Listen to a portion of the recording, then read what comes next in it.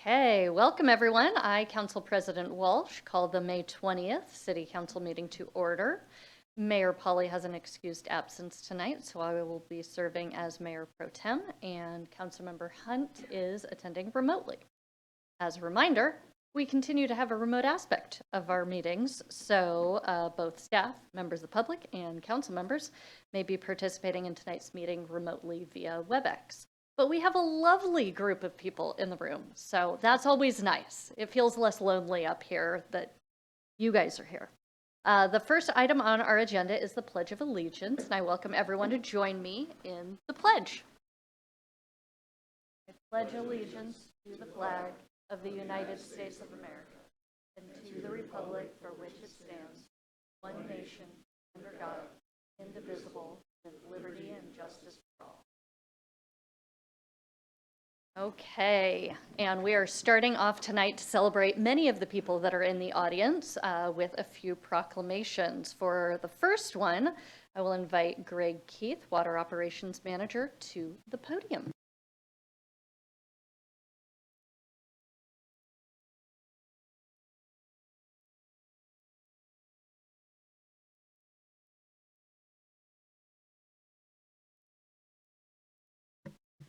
Excellent. So, it's not often that we get to celebrate one of our employees, but in this case, we've got Greg retiring after almost 35 years of service to the city. So it's a really important time to say thank you for all of your work. So Greg Keith, or GPK, as he is known around Public Works, started in the city as a part-time parks maintenance aide in June 1985. He made, you remember how much he made per hour? Yeah, $6.50 is what we have down there. So it's grown a little bit since then, I hope. He returned the next year to the same role, but then had a 3-year hiatus from the city when he managed the convenience store at the Gull gas station at Sunset at Front at the time. And in 1989, he returned to the city as a part-time parks maintenance worker, and 6 months later joined the Public Works Department as a utility maintenance worker. He's had just a few title changes in between there, promotions over the decade, and ultimately became our Water Operations Manager on 1101. Very auspicious date. Greg has been he's therefore served as our drinking water manager, as he likes to say, because there are lots of other water that we manage in the city. So for over 23 years, he's been the drinking water manager and has served the city for nearly 35 years. He's been a devoted caretaker of Issaquah's vital water, ensuring its ample and reliable supply and its quality. As Issaquah has grown and as regulations have changed, as new issues have emerged, somebody want to say PFAS, maybe? Okay, not today, okay. Greg was always focused on doing whatever needed to be done to deliver safe and clean drinking water to our customers. Within the Public Works Department, Greg has been a champion for and a mentor to the employees and an invaluable member of the management team. So we are very grateful for your almost 35 years of service, and we want to wish you a wonderful retirement full of great concerts and successful Seahawks seasons. So, yeah, we've got a plaque for you, but do you want to say a few words? Okay, step right up. Thank you. It's been a great opportunity, a great career. I couldn't have done it without support of the people I work with and the backing of the leadership, all of you. So thank you very much. It's been a good ride. So we will do the plaque, and then Wally's going to take a picture. So if you want to step out a little bit.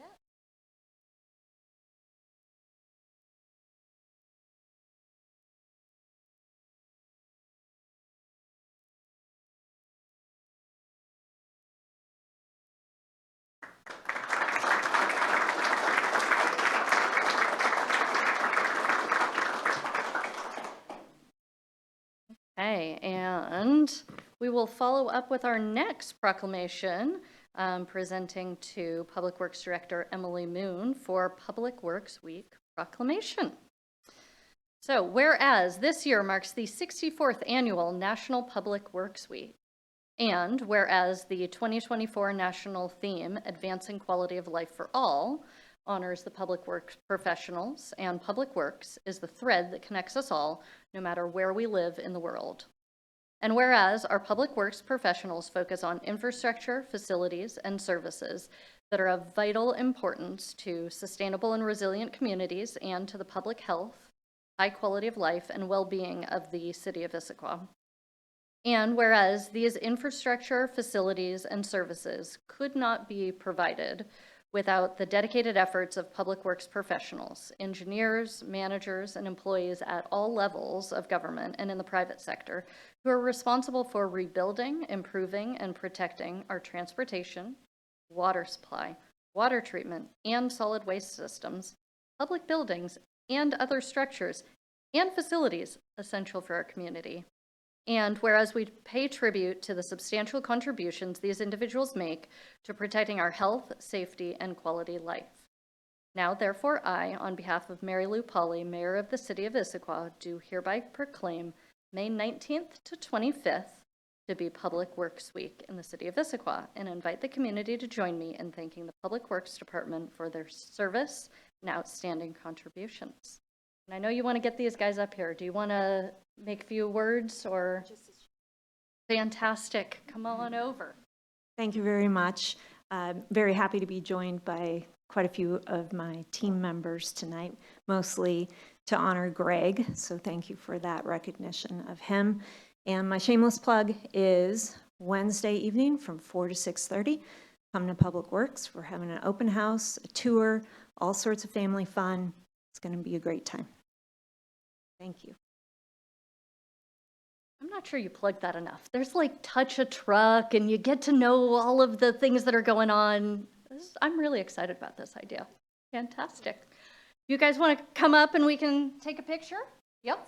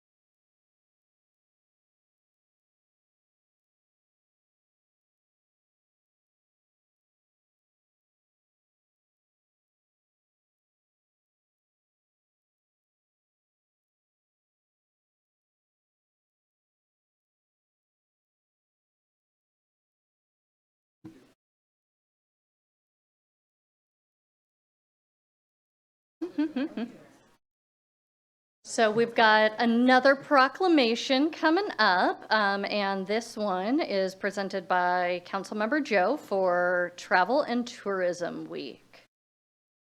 Yeah. Yeah, if I could have John Prezak come forward. He's the board chair for Visit Issaquah. I also have the pleasure of serving with John on the LTAC committee and really appreciate the work that our hotelers give to help make Issaquah strong in the tourism department.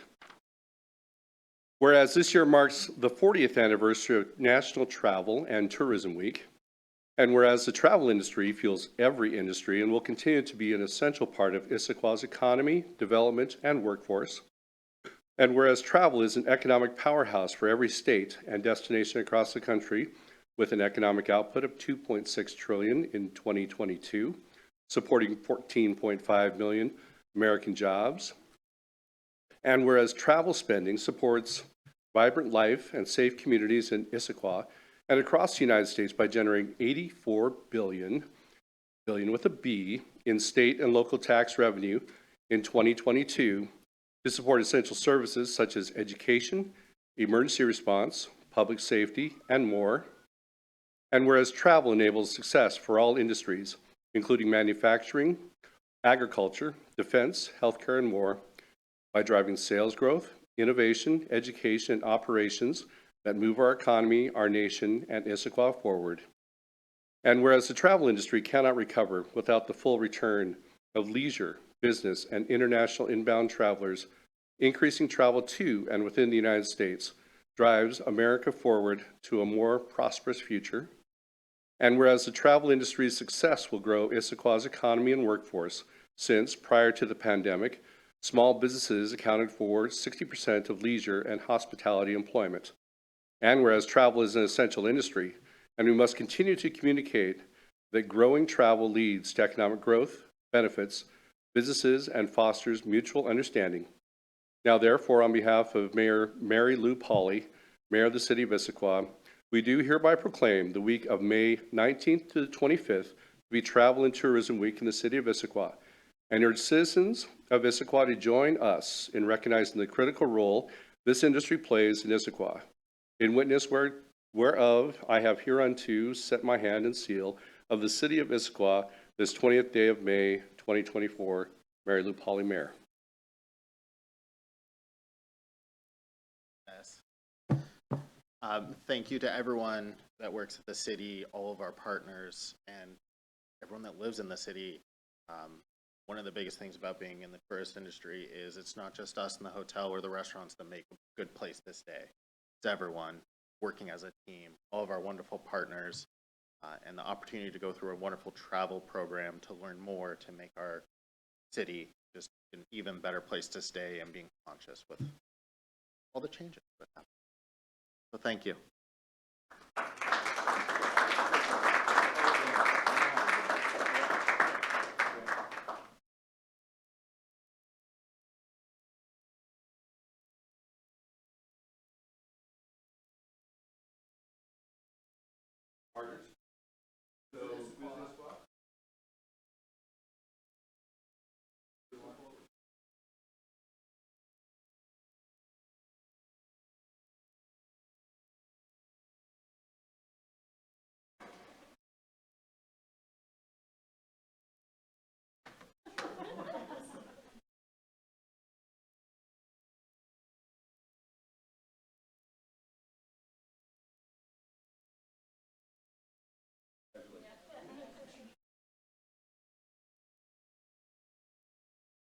Thank you. And next up, we've got Councilmember Ray presenting a proclamation for Emergency Medical Services Week. And so we'd like to invite Deputy Chief Aho and the crew of Station 73 up.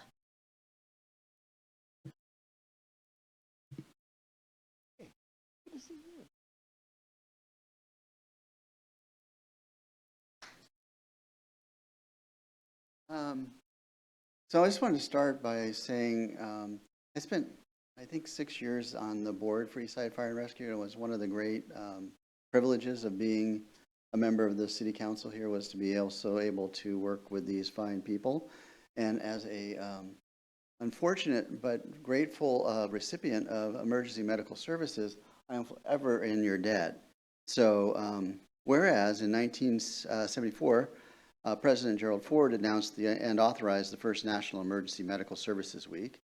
And whereas medical services are vital public services, and whereas members of Eastside Fire and Rescue stand ready to provide life-saving care to those in need 24 hours a day, 7 days a week, and whereas access to quality emergency care dramatically improves the survival and recovery rate of those who experience sudden illness or injury, and whereas emergency medical services have grown to fill a gap by providing important out-of-hospital care, including preventative medicine, follow-up care, and access to telemedicine.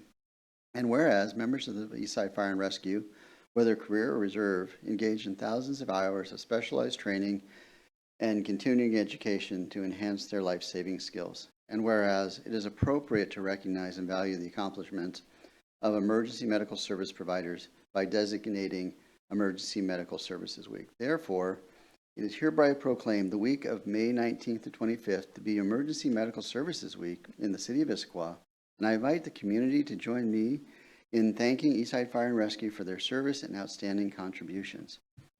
Chief, would you like to say a few things? Please, a few words. Yeah, on behalf of the men and women of Eastside Fire and Rescue, I really thank you so much for acknowledging the fine work that these folks are doing out there. Over 70% of our call volume is medical, and it is so important to us that we have a healthy community, which is why we spend so much time training and preparing and equipping all of our folks. So thank you very much for the honor. All right. As much as you'd like to get out of it, you've got to do the photo.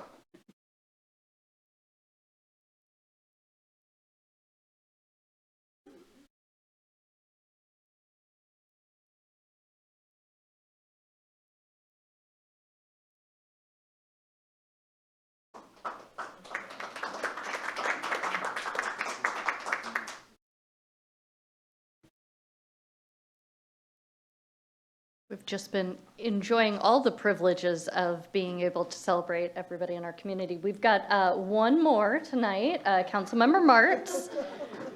What? Yes.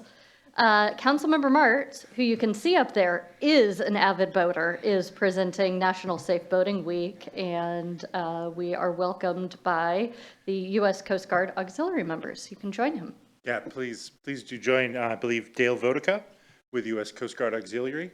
And yeah, I thought I would use a picture. This was from about 48 hours ago at Eagle Harbor. So with PFD, nice to see you, sir. Yes, sorry I didn't bring one for you. That's quite all right, quite all right. My wife and I, we wear ours always when we're on deck. Whereas the National Safe Boating Week is coordinated each year by the National Safe Boating Council and its boating safety partners across the U.S. and Canada. And for nearly 100 million Americans, boating continues to be a popular recreational activity, and from coast to coast and everywhere in between, people are taking to the water and enjoying time together boating, sailing, paddling, and fishing. And on average, 650 people die each year in boating-related accidents in the United States, with the vast majority of those accidents caused by human error and poor judgment. And whereas this campaign serves to remind us to keep safety front and center all season long, and whereas a significant number of boaters who lose their lives by drowning each year would be alive today had they worn their life jackets. And whereas the city of Issaquah is adjacent to Lake Sammamish and encompasses numerous other waters, now therefore the city of Issaquah does hereby proclaim the week of May 19th to the 25th to be National Safe Boating and Paddling Week in the city of Issaquah, and I encourage all community members to make responsible decisions when taking to the water for boating, sailing, paddling, and fishing activities, and to wear a life jacket. In witness thereof, the mayor put her hand unto her hand and seal of the city on the 20th of May, 2020. You care to make a comment or two? I'd like to thank the city of Issaquah for issuing a proclamation. For those that are not aware, the Coast Guard Auxiliary is the civilian volunteer branch of the Coast Guard. So, we have, I'm a member of the local flotilla for the East Side. I'm also the current elected officer for the division, which is Greater King County, basically. So, yes, we would like to draw your attention that paddling is what we're going for this year, because during the pandemic there was a great surge of people looking for socially distanced activities, and paddling was discovered. And we went from, in the state of Washington, we went from in the 15th in the nation in deaths and injuries to over 7th in 2022. So this year, fortunately, we're coming back down on that. But just make sure that everybody wears a life jacket. When you get in your car, you wear a seatbelt. When you go on a bicycle, you wear a helmet. You go on a boat, you wear a life jacket. Thank you very much. Thank you. Oh, sir.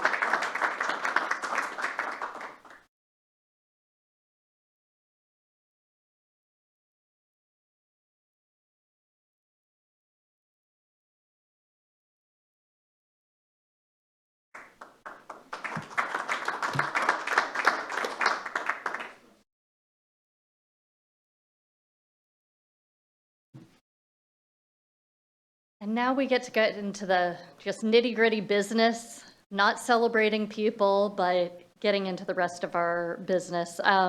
The next item of business is audience comments, and members of the public may address council at this time in person or virtually.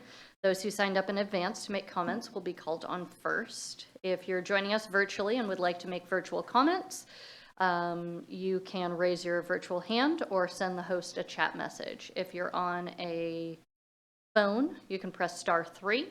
If you're on a computer or smartphone, you're going to look for that hand icon, or you can send the host a chat message. If you're in the room and did not sign up, I will ask for other speakers before closing this portion of the meeting. So I notice there are no members of the public in the chambers anymore. They've all left. But clerk, do we have anyone online making a interest to speak? Council President, we have one attendee online, but they have not indicated a desire to speak at this time. Okay. Well, as a reminder, you can always email us. Written comments can be submitted at any time. citycouncil@issaquah.gov, and we'll reply because we like hearing from you. So let's see. Next item of business is the consent calendar. And let's see. Do I start out with the mayor's remarks? Okay, so we've got a few items on the consent calendar, but the mayor has a few remarks that she wanted to convey on those. The first is AB 8850, the PSE Community Solar Lease and Easement Agreement. The City of Issaquah is enthusiastic to partner with Puget Sound Energy to construct the 4th community solar project west of the Cascades. This solar installation on the community center roof will offer no-cost subscriptions for up to 82 Issaquah households with low income and help to reduce their electricity bills by $10 to $20 per month. The 193 kilowatt solar array installation is expected to reduce our community emissions by over 117,000 pounds of CO2 per year. That's equivalent to consuming 7,000 gallons of gasoline. And it supports implementation of the city's climate action plan. There are about 3 megawatts of community solar in Washington hosted by other utilities, in addition to PSE's 16 megawatts of installed capacity. The Office of Sustainability is lead for the project and working in close coordination with facilities and parks and community services. And we look forward to celebrating the installation early in the fall. Pretty exciting. The next one is ID 1724, informational update on PFAS. In the packet tonight, there's an informational update on per and polyfluoroalkyl substances, or PFAS, from the Public Works Director, Moon. A larger discussion on PFAS will take place on the July 8th meeting. In the meantime, Ecology is accepting public comments now until June 6th on documents for 2 cleanup sites in Issaquah where PFAS were found. For more information, you can visit the city's website at issaquahwa.gov/PFAS. Okay. Are there any committee chairs or chair designees who would like to report on any of the consent calendar items tonight? Not seeing any. Okay. The consent calendar was distributed to council in advance. If authorized, the items on the consent calendar will be considered together and approved by one motion. Have the payables and payroll been reviewed? They have. And they have. I'm number 2 on that one. A little bit awkward, but that's fine. Does any council member desire to remove any items from the consent calendar and consider it under regular business? Nope. Okay. And is there a motion? Deputy Council President DeMichelle? Thank you. I move that we accept the consent agenda as presented. Second.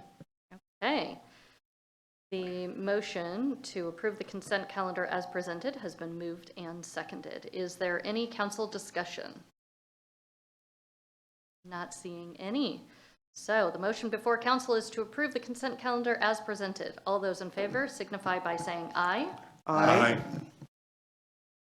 Those opposed? Okay, that passes unanimously. The next item of business is regular business. We get a presentation on AB 8834, the Wildfire and Wildland Urban Interface Code Update and Mitigation Efforts. If I do not hear the acronym WUI at least a few times tonight, I'm going to be sorely disappointed. I will just preface right now, WUI is the Wildland Urban Interface, because I'm sure it will come up. So I'd like to invite Building Official James Gray and Emergency Manager Jared Snyder to the podium. Thank you.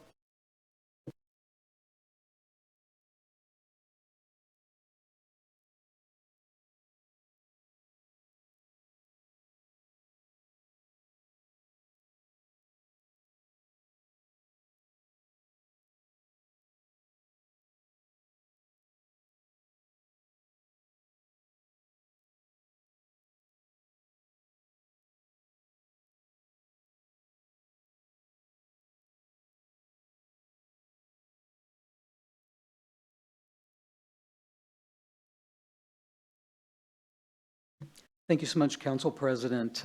We are here tonight to talk about the Wildland Urban Interface Code, our WUI, and also Wildland Urban Interface mitigation efforts that the city is working on. I'm co-presenting with Jared Snyder tonight. So first of all, our recommendations. We recommend to wait to adopt the mandatory provisions of the Wildland Urban Interface Code. We'll get into a little bit later what the mandatory provisions from the State Building Code Council were about. That we had some mandatory provisions that were recommended, and we decided to hold on those. Those were adopted, but then they were rescinded. In addition to that, we are recommending that we amend the building code to adopt the driveway turnaround provision, which is one of the structural hardening provisions that we can adopt. There are some updates to the barbecue section in the fire code that came about as part of another emergency last-minute adoption, and some discussion about the state and King County efforts to develop regional maps that have to do with wildland risk. A little bit of background, ESB 6120 is the encumbered Senate bill that wrapped up the Wildland Urban Interface Code and the State Building Code Council provisions into a emergency ordinance that pulled it back, basically pulled it back from the adoption that had already happened. So that happened on March 15th, and that's after the council adopted, this council adopted the codes on March 4th, which included those provisions. And in addition, there was the emergency rule that we talked about at the barbecues, and I will give the fire marshal a chance to talk about that if we have some questions. A little bit of background about encumbered Senate Bill 6120. It required Department of Natural Resources to develop some wildland maps, hazard maps that cover the entire state. So base level wildfire risk maps, which we'll talk about in a moment. And it stipulated which portions of the Wildland Urban Interface Code that had to be adopted. As soon as they did that, they withdrew it at the end of the session. So that's what left us with this action today. But it did permit cities and counties to adopt all of it or portions of it or none of it. And again, neither this legislation or the rule affected our ability to adopt any pieces of that. So just a quick review. At April 2nd, we presented for the Planning Development Economic Commission and and the committee recommended accepting the staff's proposal to not adopt the amendments from the State Building Code Council's first draft. We also recommended looking at other provisions of the code that we could adopt that might be less painful at this point and might make more sense for our community. And before we jump into that, I want to turf it off to Jared Snyder, the emergency manager, and talk about our wildfire mitigation efforts. Thank you, James, and good evening, Council. It's a pleasure to be here again. I was just looking back at my email, and this is my workiversary. So it's been 1 year at the city of Issaquah, and it's been a great year indeed. So it's a pleasure to be in front of you again to talk about wildfire, and not just in the context of WUI codes, because our wildfire mitigation efforts expand so much further than just the WUI code elements. So what I'm going to do is set the stage a little bit and talk about some of the challenges of why there's been this back and forth going on at the state level, and kind of explain why this is such a difficult topic to tackle as local jurisdictions, lawmakers, and decision makers. So with that, there's really two types of wildfires that we have here on west side of the Cascade communities. We have our small brush fires that you see on the left here. Those are typically fires that are around power lines, highway medians, or even localized around small neighborhoods. And then we have what we call mega fires, and that's what you see on the right.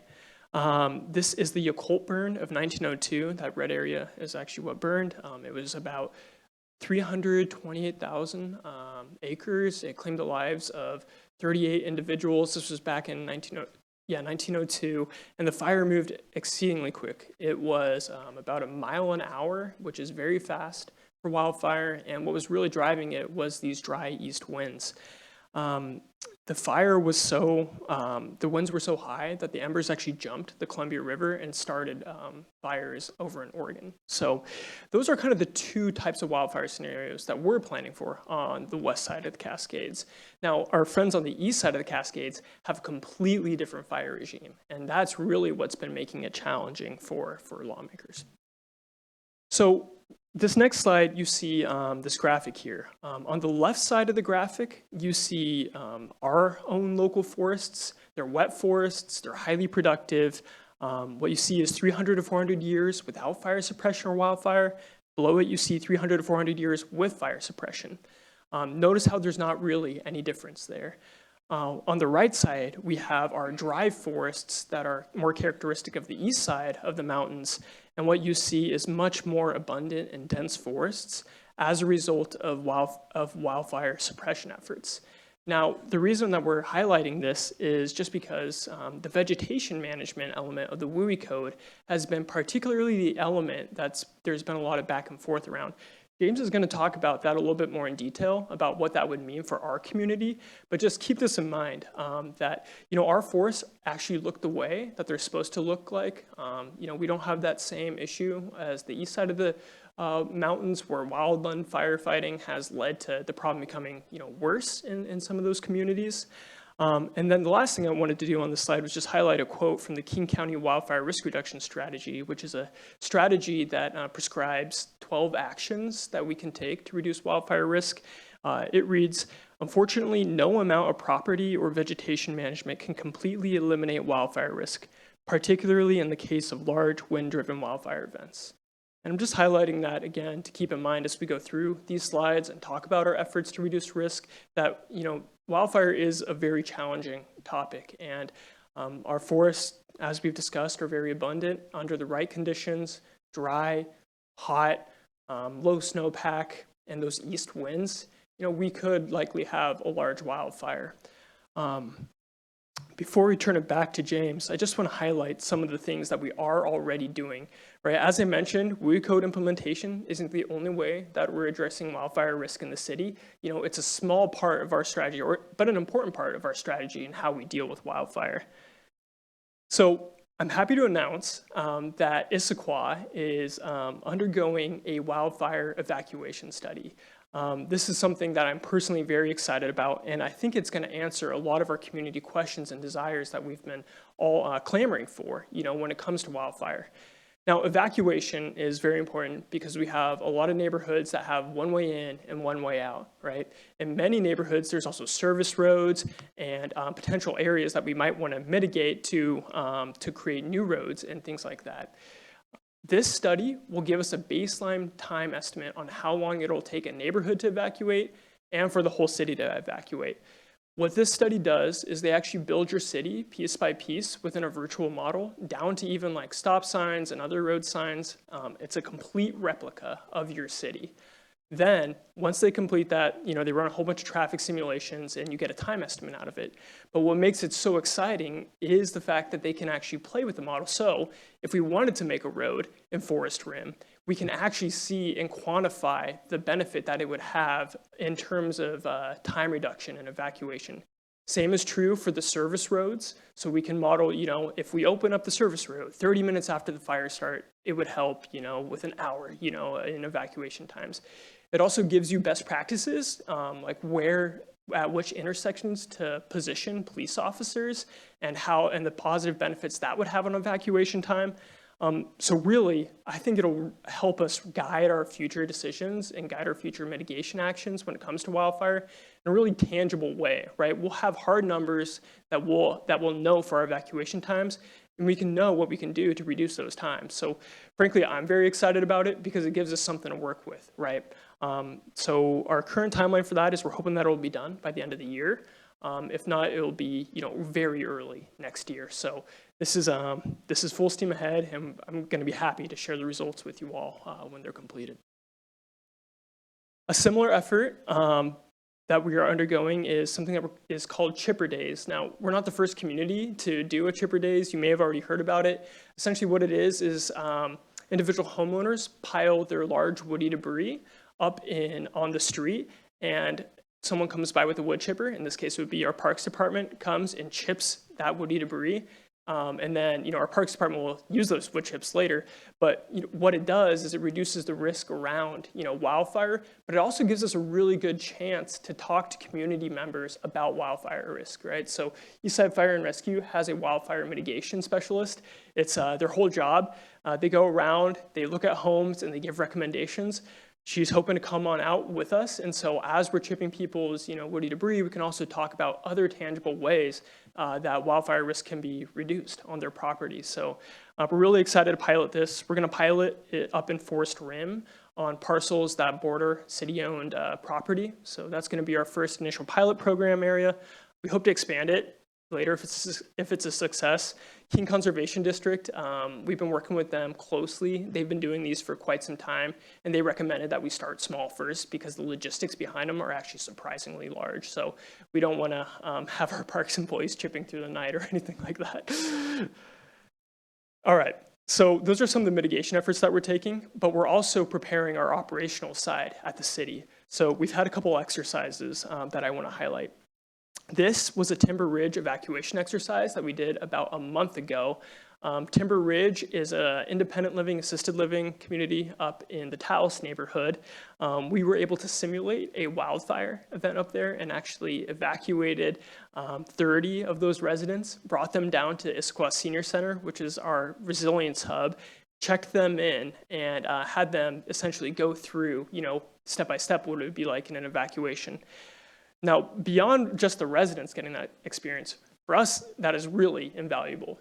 Just thinking through this challenge of evacuation and providing for our community members in those times was something that I think was very beneficial for all involved. Our CERT team helped out too, which I know some of you have taken part in, and it was a very, very good exercise.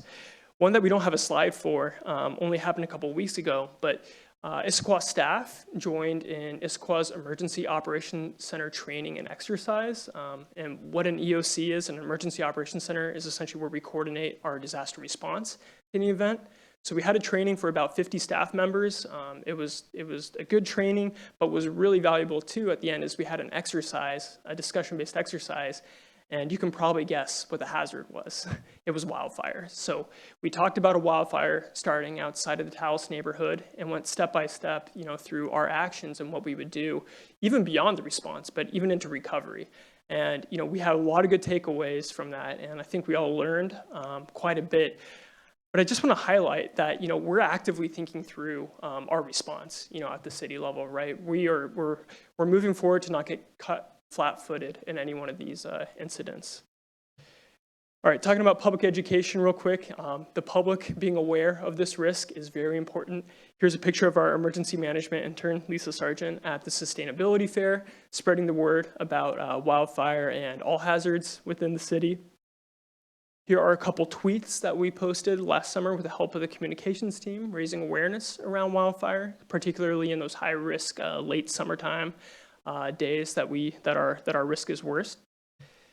And then I've been hitting a lot of our neighborhoods and HOAs lately, talking about wildfire risk and all hazards too. So just last week, I was up in the Highlands at a community presentation there with Kat Robinson, Eastside Fire and Rescue's wildfire mitigation specialist, just talking about wildfire. So I've been to Tallis, Providence Point, the Highlands, really just missing Squawk now. So we're making a concerted effort to get out into the community, to make sure that they're aware. It's really important that they are notified in an emergency, particularly in a wildfire. So a few other initiatives. We're expanding our emergency alert subscribers.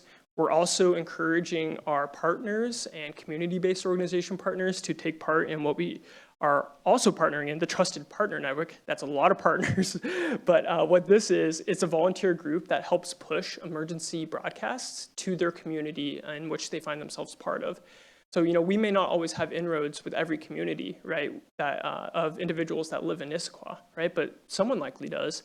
So if they can help us rebroadcast our emergency alerts to that community, they're getting it from a source they trust, and they're getting it in a way that they would expect. So whether it be WhatsApp or Discord or any of these other communication methods that we don't typically use, these individuals will rebroadcast that message for us. So we're really excited about trying to expand that in Issaquah. Like I said, notification is essential in a wildfire.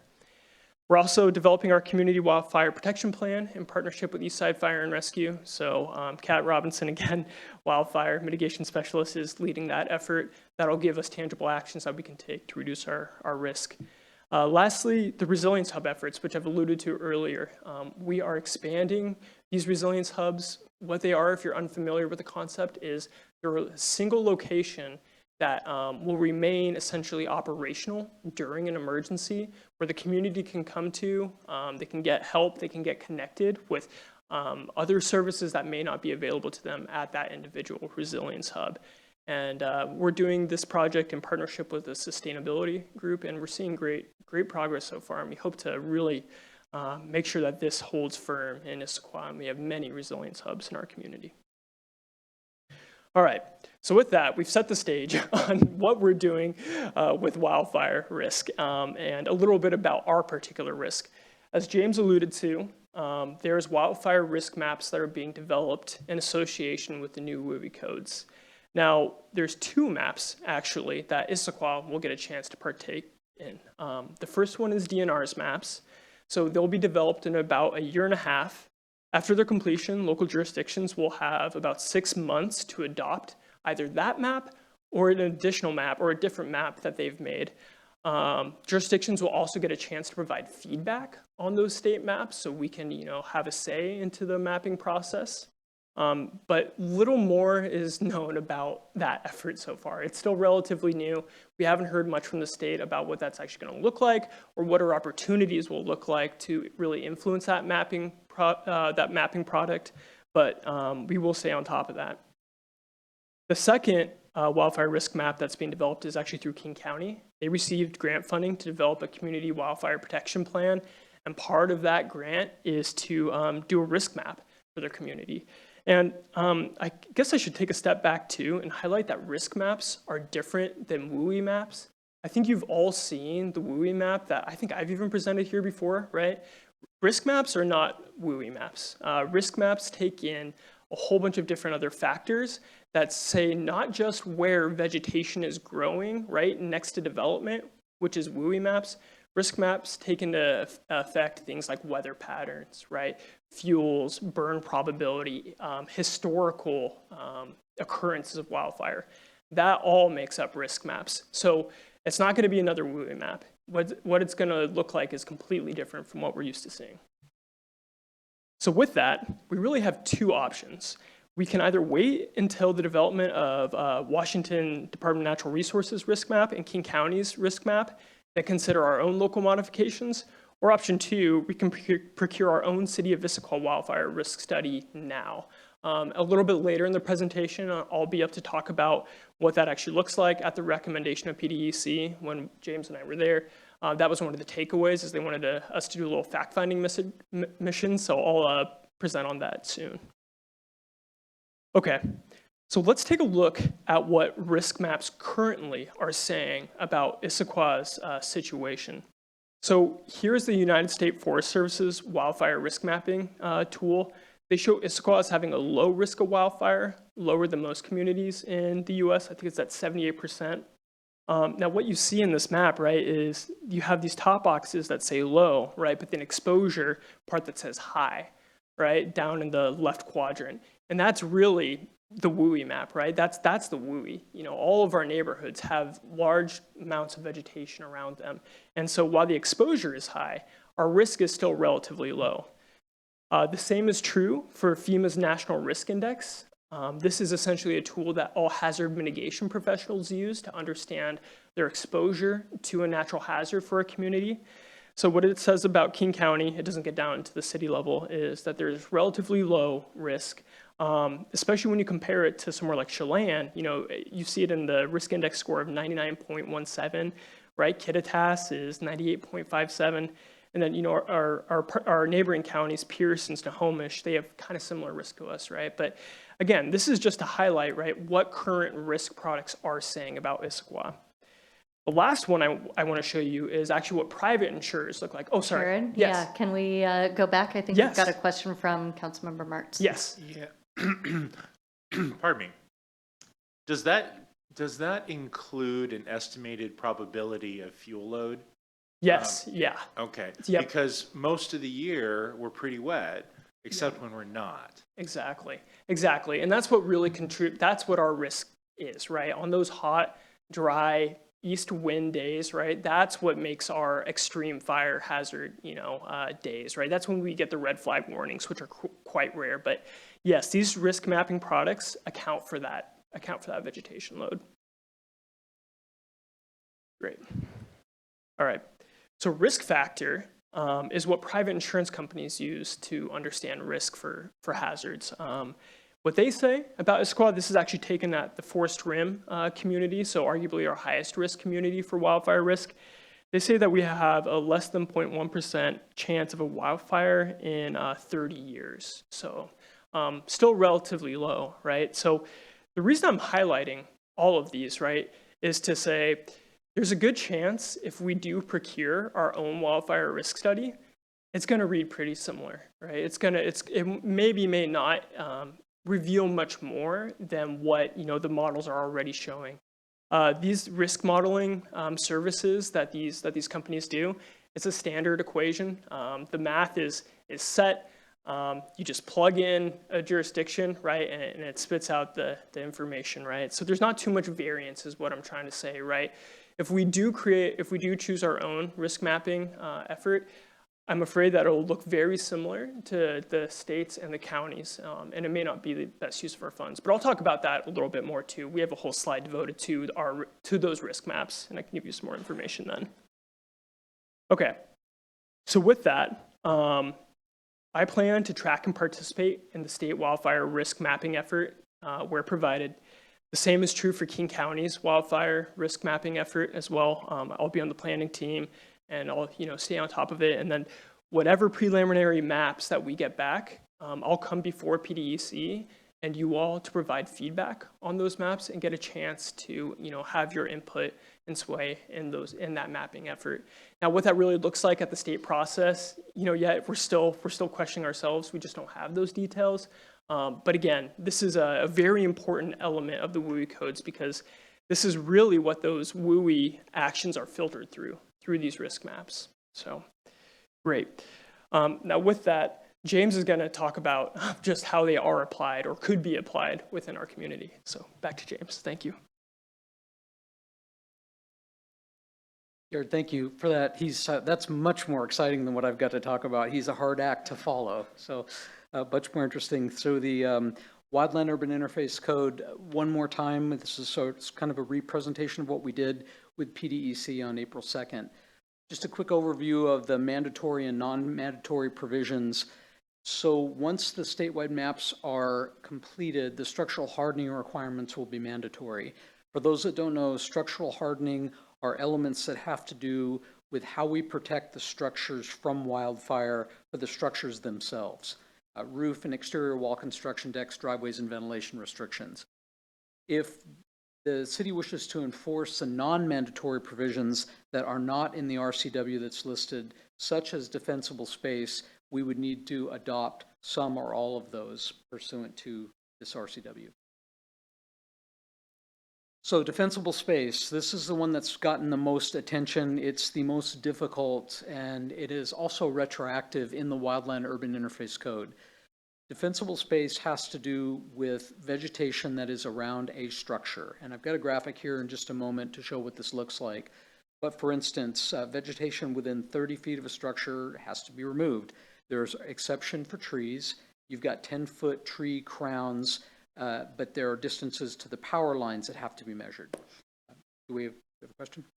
Yeah, and could you just talk, as you're coming into this, how this code compared, like,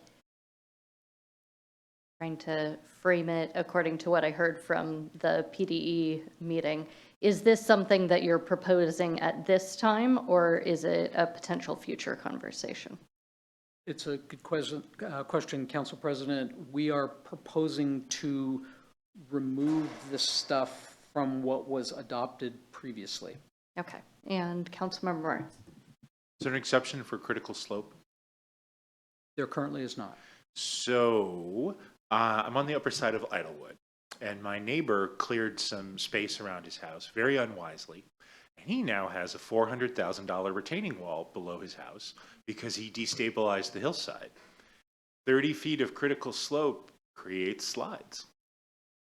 So what do we do about that? And I mean, it would be, you're trading a wildfire risk for an extremely well understood slide risk when you do things like that on critical slope. I'm stunned to hear there is not an exemption for critical slope. Thank you. Councilmember, our recommendation is to not adopt this stuff. We got a mandate from the state, and then that mandate was withdrawn, and we tried to beat their deadline and get it adopted, which this body did for us. And then they withdrew it, so we are kind of rolling back on that now.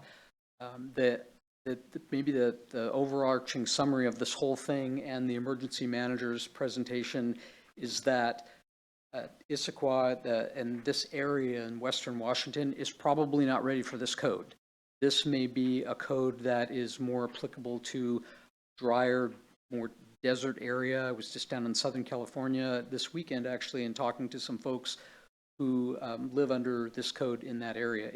It looks very, very different than our community. Probably our recommendation is our community maybe mentally is not ready for it, and our forests aren't ready for it. That's why what we want to present tonight. These defensible space requirements also fly in the face of our tree canopy goals, several other provisions in Title 18. So the policy question is, should we wait to adopt the Wildland Urban Interface Code until the state does their piece and the maps are completed? The committee recommended waiting for the state on adoption of the Wildland Urban Interface Code, but look at what portions of the defensible space we could adopt that would help the situation but might not be quite as painful. And then the second question had to do with adopting the maps and creating our own maps, and emergency managers that a little bit. Additional questions we had from PDEC is, can we adopt just portions? So we consulted with our legal counsel. Yes, we can adopt portions. And some comments were made about driveway lengths, which would probably help. This is for new structures over 300 feet. This would give emergency management an opportunity to get up to a structure and be able to turn around and get back out if the driveway exceeded 300 feet. And we are recommending that. Keep that piece of the structural hardening provision. Another question from PDEC had to do with the estimating the cost of creating our own maps. And let's talk about that. Thank you, James. Yes, so we contacted multiple vendors to procure quotes for doing just that, to develop our own wildfire risk maps. And what we got back was a wide range between about $10,000 to $80,000 to develop those risk maps. yeah, kind of the reason for the variance is what you would expect, the level of analysis and details. On the high end, you could even analyze certain wind patterns and things through certain topography and things like that. But time estimates for the creation of the maps are about 6 months to 1 year. And so I think James kind of went through it, right? But the PDC recommended that the committee recommended waiting to adopt ISQUA's wildfire hazard and risk maps until after DNR and King County finished their maps. So that's what we found from procuring those quotes about the risk mapping efforts. I know Councilmember Hall, you looked like you had a question about those risk maps before earlier. Did that answer your question? Okay. Most of it, yes. I guess I'm curious as to how two maps might look different and why they might come to that. Yeah, and so I think that's what we're all asking. I think likely they will not look different because the inputs are pretty well understood at this point for wildfire risk maps. It's standard, it's kind of backed by the science. So that's my big fear, is that we will spend money to develop our own wildfire risk map, and it'll look exactly like the state's. It'll look exactly like King County's. Yeah. Any other questions on the risk maps before I turn it back to James? And Councilmember Martz, a previous meeting we had, you asked about the steep slopes in your backyard. So I was at a building officials conference, and I was talking to a couple of my peers, and one of them was from Seattle, and I actually brought this thing up. I said, look, we have steep slopes. Like, yeah, we've got steep slopes too. So what some of them are talking about is ranking these risks. So there's a risk of slope erosion, there's a risk of wildland, and ranking which one is more important. But we really need to get to what the state is going to do with that code before we even got to that piece. At this point, we're just thinking this is probably not something that we would recommend. So again, Looks like we've got a question on that before you move on, Councilmember. Along that note, I'm just wondering if the state has that kind of feedback about thinking about slopes in this context, or are they kind of chewing on this in a different? So another good question, and I have not heard it, and I don't know if Jared's heard something like that or no. Essentially, some of these concerns is what caused, the state building code council to go back, on adoption. And it's not just steep slopes too, but it's also heat risk reduction as well. Trees do a wonder for heat. So I think it was kind of all of these concerns wrapped together, maybe not just one, that did kind of lead to that. So back to our recommendations, we're recommending that we wait to adopt the mandatory provisions of the WUI until the state's ready. There's the provision on barbecues, which again is going back to what was in the original code, and waiting for the state and King County's mapping efforts. So for our timing and next steps, we are here at the council code modification adoption. We're requesting that this minor fire code modification, and we roll back these pieces of the WUI, and that would give us an effective date for that code of July 1st. That we will turn back over to questions. And before we go to questions, I'm actually going to turn to PD Chair Hunt and see if she'd like to kind of summarize the meeting that we had over this topic, if there's anything to add. Thank you. Thank you, Council President Walsh. Yes, so the Planning, Development, and Environment Committee met on April 2nd to discuss this item. And some of the things that we covered were that wildfire risks are increasing due to climate change and the impacts of climate change. And we want to make sure that we're proactive in protecting our residents and giving our residents tools to protect their homes. Committee members wanted to be to consider other ways of protecting residents and giving residents tools other than what the State Building Code Council had mandated and then rolled back because the situation with that particular code was so unclear. We adopted it after they had mandated it, then they rolled it back. And so now we are also rolling it back. The city wanted to, let's see, we wanted to make sure that we are taking actions that we know are going to be in the future code to help the contractor and the building community. So I think, for example, the driveway turnarounds, that's something that we expect to be in the code. That's something that will be important for contractors to know is going to be a requirement. And so we were interested in considering those sorts of parts of the code. And so I appreciate that that was brought forward today in our recommendation. And we agreed with the city, the city staff, that we didn't think it made sense for the city to make its own fire hazard maps. Firstly, the time that that would have taken was about what it's expected to take from the King County and the state maps. That our upper ends of how long we think it would take us to make our own maps was a year, and the lower ends of theirs was about a year.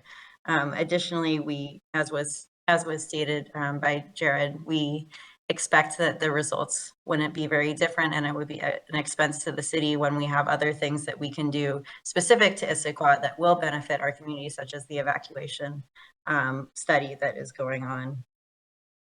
And we did think it was important that the city remains involved in the planning for the state maps and in the state map process. We had a discussion about the defensible space.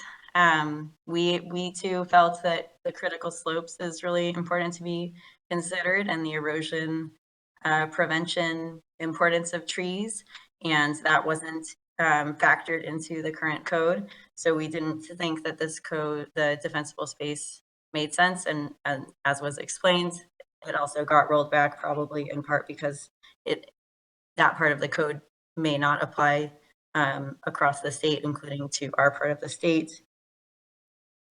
And then lastly, we wanted to make sure that there were discussions going on with the homeowners associations, because some of our homeowners associations in town have requirements that prevent structural hardening against fire, for example. So we want to make sure that those homeowners associations know that there is this WUI code that is likely coming.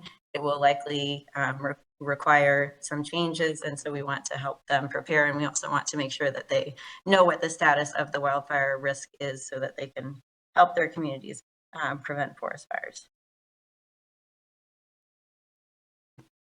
Excellent. Well, thank you very much for that. As you can see, it's been a lot of back and forth, but I think we're settled maybe for a little while. So we're going to questions. I see Deputy Council President DeMichelle starting out. Whoops. So there was a small item in the packet about barbecues in multifamily dwellings, and I was very interested in that. I live in a multifamily dwelling, and we did have a barbecue incident at mine. And so I got a good explanation with Jeremy. Yes, thank you so much. That was really good. So it sounds to me, if I kind of capture what was said, somehow this item about barbecues got adopted. What we're doing is rescinding that adoption. So there is no impact to our multifamily dwellings if we follow the recommendation. Is that correct? And the second part was like Councilor Hunt said, concern about how you communicate these changes to multifamily management companies as well as HOAs. Yeah, thank you, Council. Jeremy Hicks, Eastside Fire and Rescue, Fire Marshal, South Division. I think you hit the nail on the head there. Essentially what happened is this has not been adopted by code, by model code, to set the table, we'll say this time, on this. There's a couple different versions of the code. We have the international code that then comes to the state, and through a lack of better terms, a legislative process, the state reviews it and then makes recommendations, amends the code, and then it goes through the city or the county level to do it even further. The international code, in this case, has a section that's adopted by, in their code language, it says that you cannot use barbecues on multifamily decks. And it has a couple different exceptions on there, non-combustible construction or sprinkler, And then the state chose not to adopt that section. It's been like that for about the last 2 or 3 code revisions, saying this section not adopted. Through this legislative process I was discussing at the state, that got thrown out, that got missed. So we accidentally adopted the code in a revision that the state said this isn't going to be adopted. So ironically, the same day that they made the code adoption, they also made the emergency rule saying we're not going to adopt it, almost identical to what they did with the WUI code. So planning ahead, like we do, we put this into our code amendment sections, saying, hey, we need to get this out there, get this aware, get everybody known, and then the state decided not to adopt it. As you can imagine, adopting a code saying you can't have barbecues on your deck, that could be a little bit of an enforcement nightmare, right, on multifamily. It wasn't thrown out there, the communication. So I think what we want to do with the messaging, which we've been doing with the messaging, is saying, hey, here's the things you should have. Follow your manufacturer's recommendations on how you use these grills and use them safely. And that's the communication route we're going with. So what we're asking is just to roll back that code to match the state code.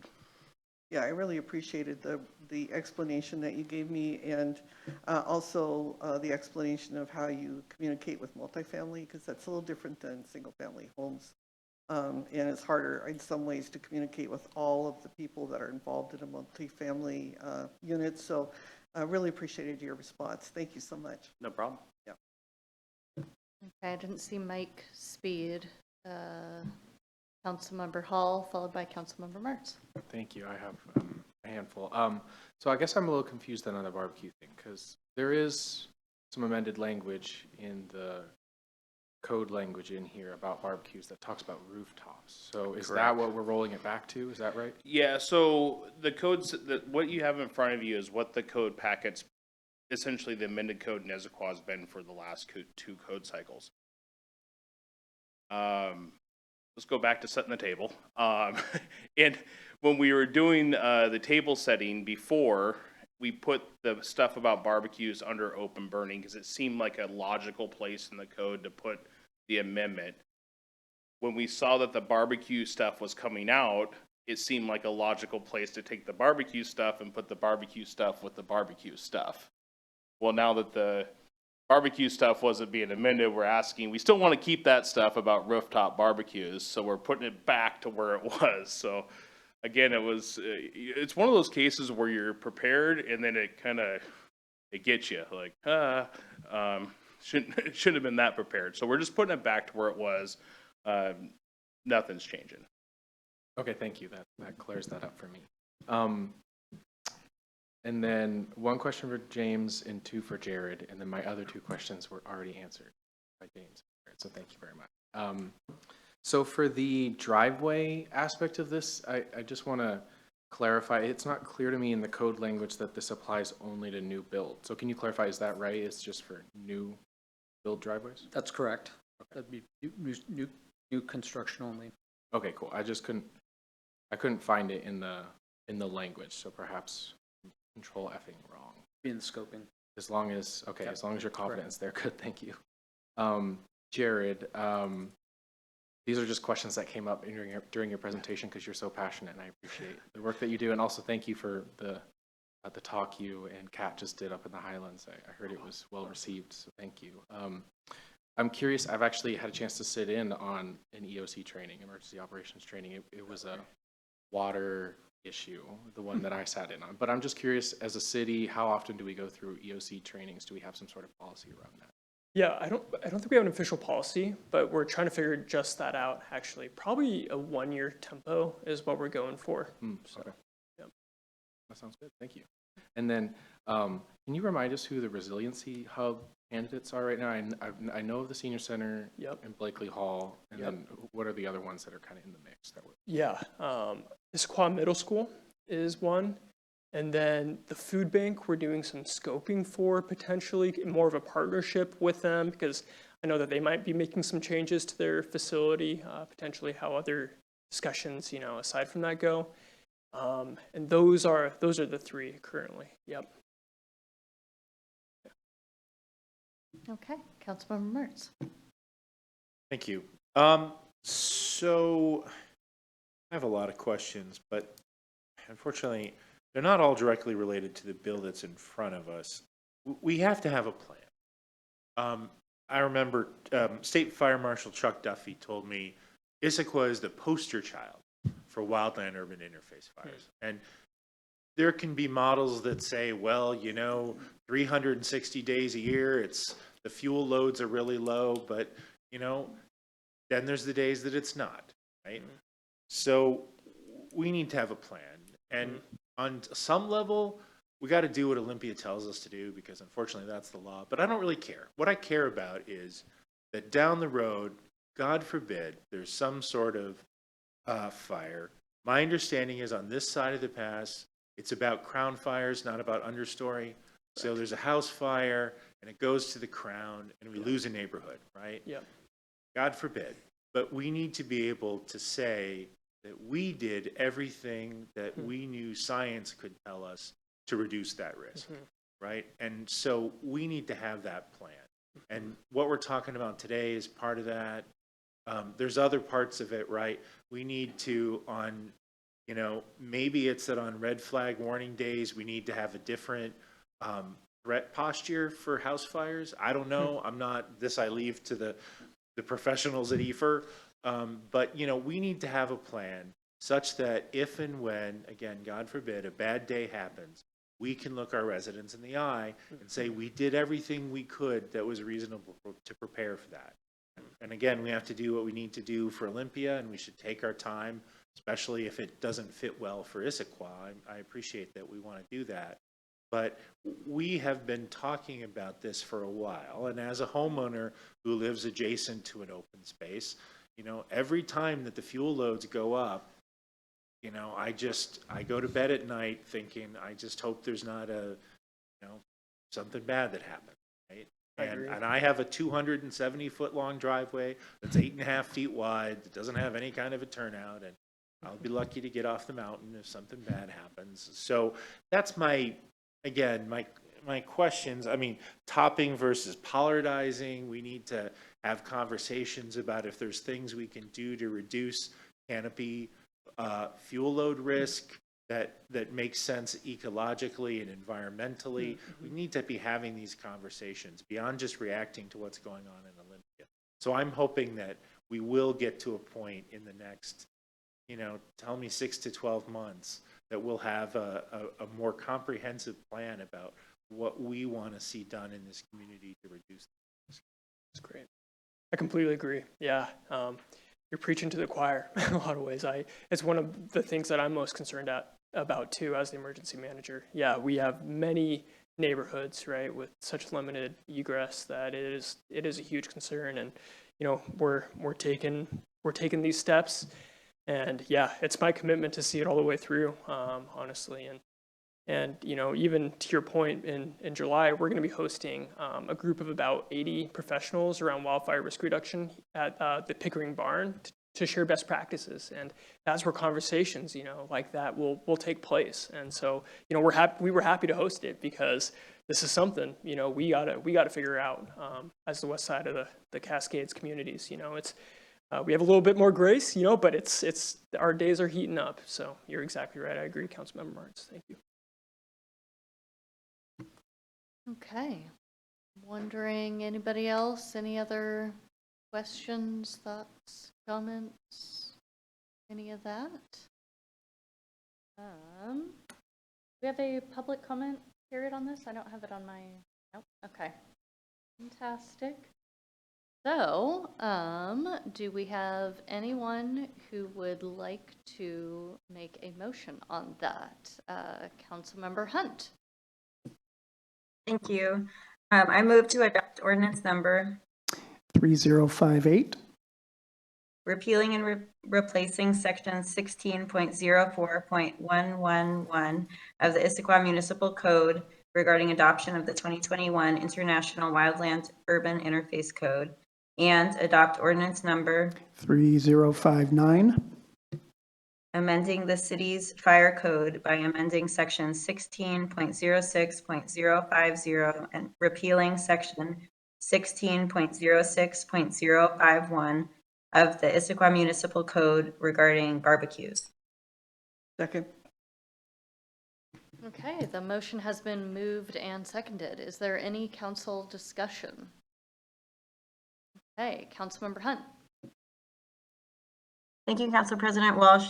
I completely agree with Councilmember Martz's earlier comments on this. And in our committee meeting, we mostly talked about things we could do to make sure that our community was protected against fire and had taken those preventative steps other than what was in the code that was before us.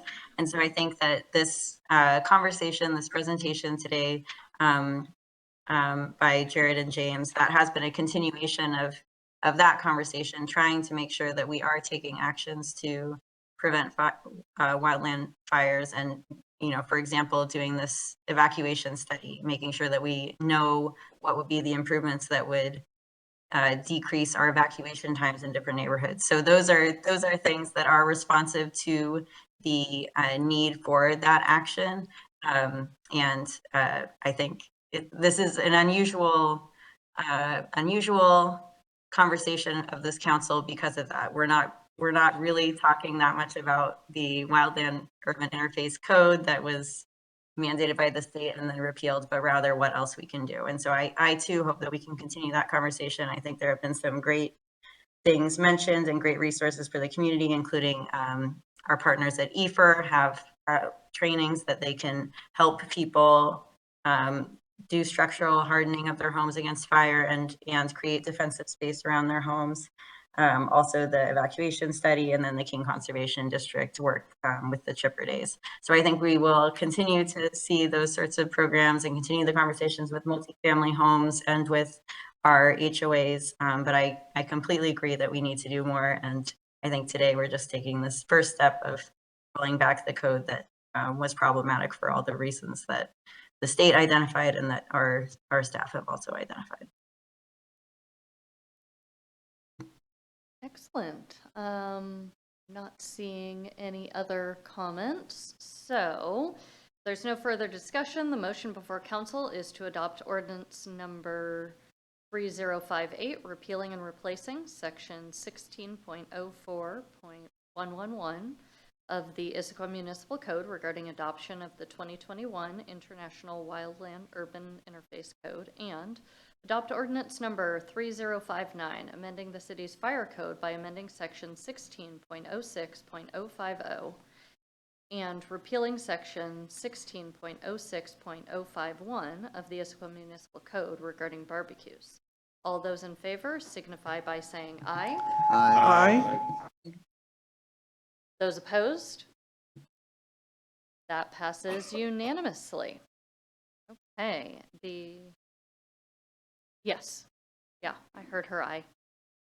The next item of business is committee and regional reports. So we are starting with Councilmember Joe.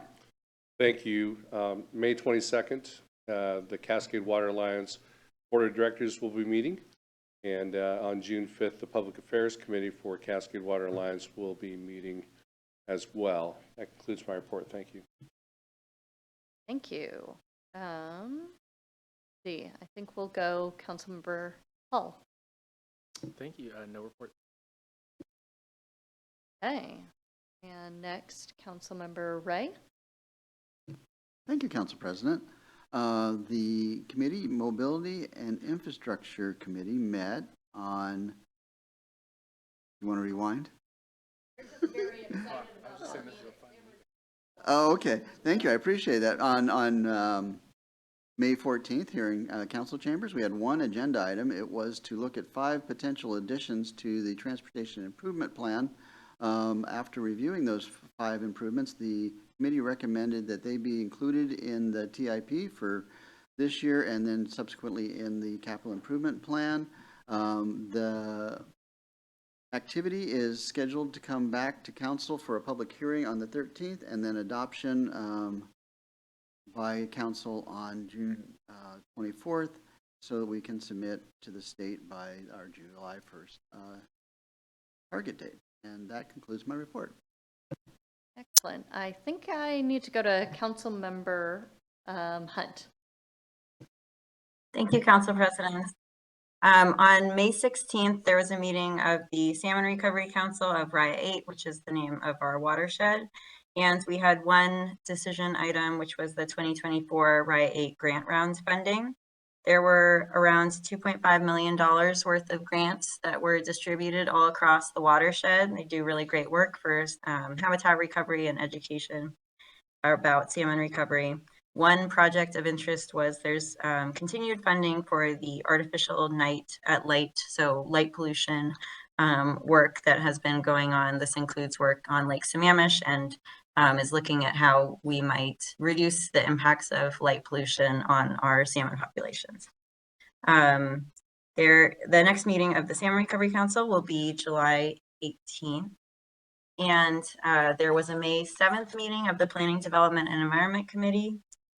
We had one item, which was COM 0014, amendments to Title 18 for emergency shelters and supportive housing. This was in response to a state House bill that was passed in 2001, which mandated cities to take action to allow for the siting of emergency shelters and supportive housing for people experiencing homelessness or at risk of experiencing homelessness. And we were asked to deliberate on two specific questions with this ordinance. One was if we agree with removing operational plans as a requirement for day centers and night shelters, where people spend one day at a time. And we did agree with the recommendation of staff that we could remove those operational plans. They didn't really provide any additional tools for the city to help support or interact with these facilities. And it also could have been seen as a action that would prevent the siting of facilities. So it could be counter to the intent of the law if the plans were more restrictive, if the operational plan requirement was more restrictive than the funding agency, for example. And the second question we were asked to discuss was if there was additional changes to the recommendation. The one thing that we talked the most about was that the occupancy maximum of 50 people in a day center or night shelter. We discussed as a committee if that was the number that made the most sense. We considered other neighboring communities and also the occupancy of the Motel 6, where we are currently leasing rooms where people that are experiencing homelessness can stay for a period of time. And so we did agree ultimately that we thought 50 people as a maximum occupancy made sense at this time, but we also wanted to make sure that the city staff kept an eye on this and made sure that that number wasn't preventing the siting of these facilities, and that number was in line with what other neighboring similar sized communities are doing, just to make sure that that is consistent.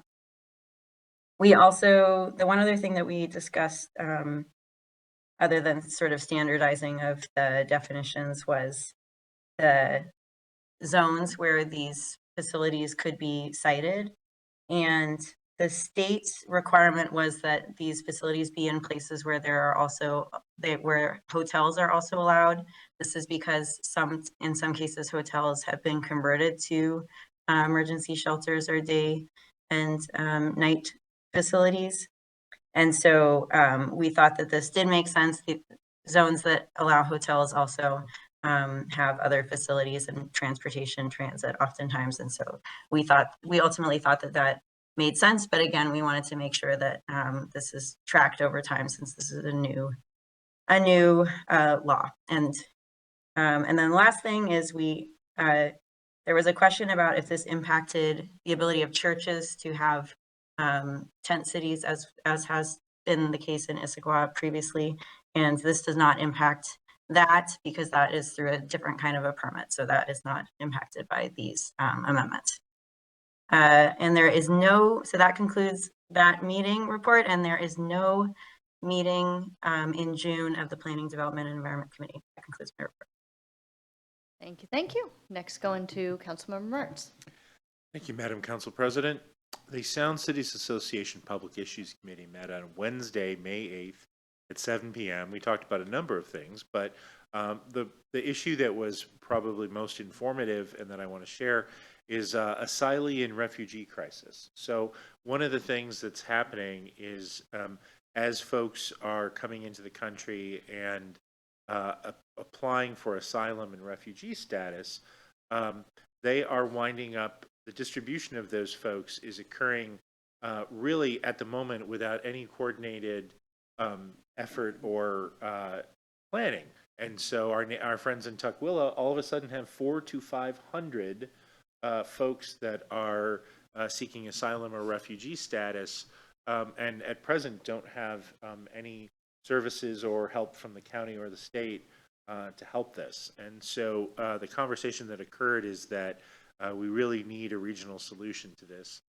Other communities, it can, folks can start showing up, and it tends to be self-reinforcing, because if there are folks in the community from a given ethnic group, then other folks want to go where there's folks that they know, and then pretty soon, it's just not being coordinated in a way that's making sure to get resources in. So it's an emerging problem. Nobody has a really good solution right now, other than to say that it's not just Tukwila's problem. We need to have at the very least a countywide and possibly a regional solution to this problem. More to come, clearly.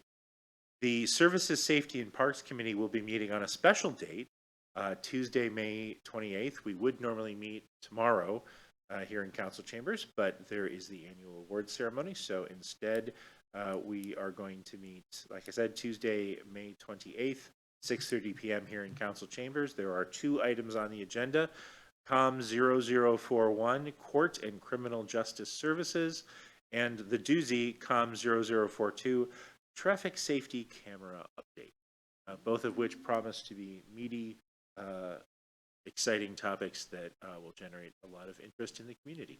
This concludes my remarks. Thank you. Next up, Deputy Council President DeMichelle. Thank you so much. On May 10th, I chaired the Eastside Transportation Partnership, and we had a full agenda, beginning with a report from King County Legal Counsel regarding the Open Public Meetings Act as it pertains to EPP.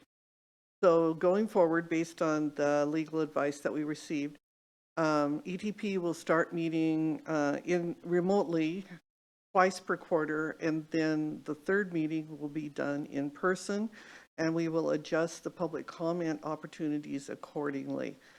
So this new hybrid, it's not exactly hybrid, but this new remote in-person schedule is going to pertain to every one of the King County's regional transportation groups. So it was brought about with concern by legal counsel around OPMA. After we received that report and took that action, we next had a legislative wrap-up report from Robin Koski of Puget Sound Regional Council and our own Representative Bill Ramos, Vice Chair of the House Transportation Committee. And Representative Ramos emphasized in his remarks the need for a new revenue source to supplement or replace the gasoline tax for transportation improvements. And he said that he thinks, yes, it's exciting, he thinks that will be a number one issue that the Transportation Committee will be working on in the next legislative session. And then finally, the group adopted a policy and procedure related to municipal requests for letters of support for federal and state funding for local projects. So we adopted the policy and procedure. That means that now local municipalities can come to the Eastside Transportation Partnership and request letters of support for grant applications that they're making, and those will be done according to a process, a review process and procedure. So it was a good meeting. Then the Regional Transit Committee met on May 15th. Under the General Manager Michelle Allison's report, we learned that Metro intends to restore 18 DART or dial-a-ride transit routes and the Trailhead Direct routes. The meeting focused on Metro's pandemic recovery progress, and as soon as I receive the PowerPoint from that presentation, I'll be distributing it to you. The bottom line is that ridership has increased year over year 13%. So slow but sure progress. We're still not back to 100%.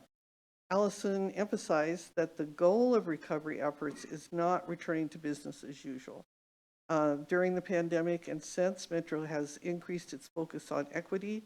They are really trying to emphasize their jurisdictional partnerships and starting out with learning what community needs and trying to meet those needs. So he said they're really not looking at success in recovery with how much they could duplicate what was happening in 2020, but how can they go forward with these new initiatives.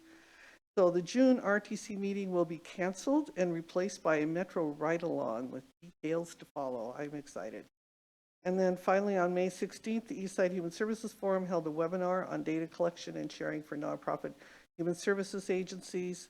It was an excellent discussion, and I will also provide you with the link to the recorded webinar as soon as it is up on the website. So that concludes my report. Great, and I'll just head on into mine. Council leadership met last week with the Issaquah School Board leadership, continuing our quarterly meetings there. And the agenda included just both of us providing feedback on the recent joint meeting of the whole of the groups, making sure that it met everybody's needs. We did an update on the Issaquah School District bond and potential support mechanisms. We talked about discussion of school traffic issues and how the school district might help by encouraging bus usage, both to mitigate traffic, but also help with sustainability. And then the school district asked about the city's growth plans and specifically about the Pioneer Project. Wanted to know more about that. And then also wanted a better understanding of the council's timeline for pool conversations about pool expansion. And we talked about how that is a much longer term conversation where we have to go back to the public before council will have a touch, likely even in the next year or so. So that concludes my report. Next item is the mayor's report. There will not be an executive session this evening. The Landmarks Commission vacancy. So the city is seeking a volunteer to serve as a special member of the King County Landmarks Commission. The King County Landmarks Commission is composed of 9 members.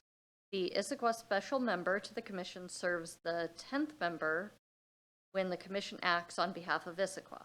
Interested candidates must reside in Issaquah and have a demonstrated interest in historic preservation.